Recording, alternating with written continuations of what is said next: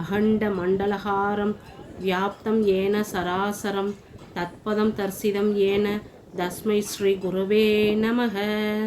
ஓம் சாய்ராம், ஜெய் சாய்ராம். அன்பான சாய் பக்தர்கள் அனைவருக்கும் என் இதயபூர்வமான குரு பூர்ணிமா நல்வாழ்த்துக்கள். இன்று ஒரு சாதாரண நாளல்ல, ஆசாட மாதத்தின் பௌர்ணமி திதியில் அவதரித்த மகத்தான திருநாள். வேதங்களை உலகிற்கு தந்த வேதவியாசரை வணங்கும் வியாச பூர்ணிமா.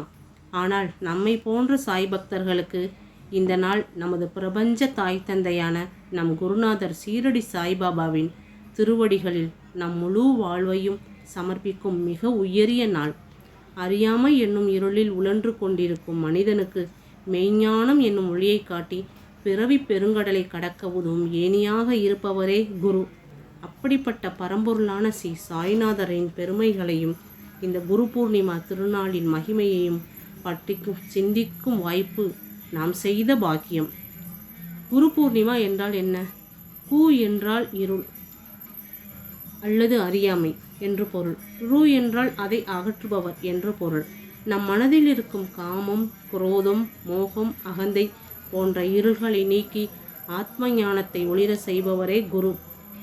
அந்த காலத்தில் பார்த்திங்கன்னா சீடர்கள் தங்கள் குருநாதருக்கு நன்றி செலுத்தும் விதமாக இந்நாளில் குரு பூஜை செய்து வழிபட்டனர்.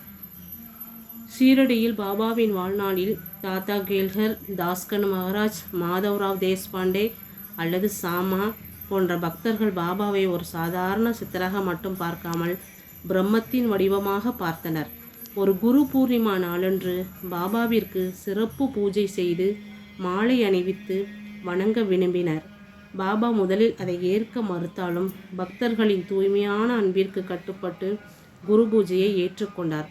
அன்றிலிருந்து இன்று வரை உலகெங்கும் உள்ள சாய் ஆலயங்களில் குரு பூர்ணிமா மிக சிறப்பாக கொண்டாடப்பட்டு வருகிறது. குரு பூர்ணிமா நாளில் நாம் செய்யும் சிறிய ஆன்மீக முயற்சியும் பக்தியும் பல மடங்கு பலன்களை தரும் என்று நம்பப்படுகிறது. குருவின் அருட்பார்வை நம் மீது விழும்போது நாம் முன் ஜென்மங்களில் செய்த தீவினைகளின் தாக்கம் குறைகிறது. வாழ்க்கை பாதையில் எழும் குழப்பங்கள் நீங்கி சரியான முடிவுகளை எடுக்கும் மனத்தெளிவு பிறக்கும். என் மீது பாரத்தை வை, நான் உன்னை காப்பாற்றுவேன் என்ற பாபாவின் வாக்கியம்படி நம் கவலைகளை அவரிடம் ஒப்படைத்து அமைதி பெறலாம். சச்சரிதத்தை பாராயணம் செய்வதும் நாமஸ்மரணம் செய்வதும் நம் உள்மனதை சுத்தப்படுத்தி ஆன்மீக பாதையில் உயர்த்தும். நம்பிக்கை மற்றும் பொறுமை ஆகிய இரு தூண்கள் நம் வாழ்வில் உறுதியாகும். சாய்பாபா தன் பக்தர்களுக்கு கற்பித்த மிக முக்கிய பாடம் குருவின் சொல்லை தட்டாமல் கேட்பது. பாபா தன் குருவை பற்றி பேசும்போது கூறுவார், என் குரு என்னிடம் எந்த செல்வத்தையும் கேட்கவில்லை. அவர் என்னிடம் இரண்டே விஷயங்களை கேட்டார். ஒன்று நம்பிக்கை, மற்றொன்று பொறுமை. நான் என் வாழ்நாள் முழுவதையும் அவருக்கு அர்ப்பணித்தேன். அவர் என்னை ஒரு கணம் கூட பிரியாமல் பாதுகாத்தார். பாபா ஒருபோதும் பெரிய தத்துவங்களை பேசி பக்தர்களை குழப்பியதில்லை. எளிய முறையில் அன்பையும் சக மனிதர்களுக்கு உதவும் குணத்தையும் பசியால் வாடுபவர்களுக்கு அன்னதானம் செய்வதையுமே தர்மமாக கற்பித்தார். குருதட்சணை என்றால் என்னன்னு தெரியுமா?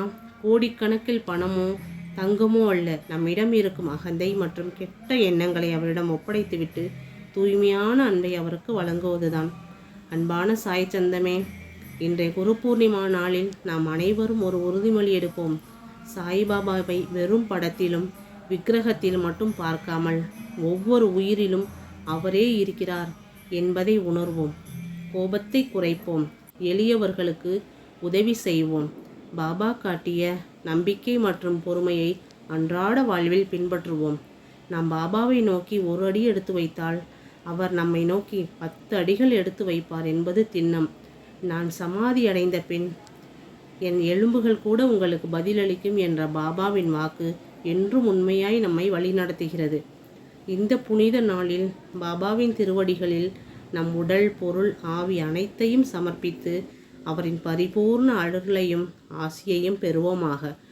அனந்த கோடி பிரம்மாண்ட நாயகி ராஜாதி ராஜ யோகிராஜ ஸ்ரீ பரபரம்ம ஸ்ரீ சச்சிதானந்த சத்குரு சாய்நாத் மகாராஜுக்கு ஜெய்.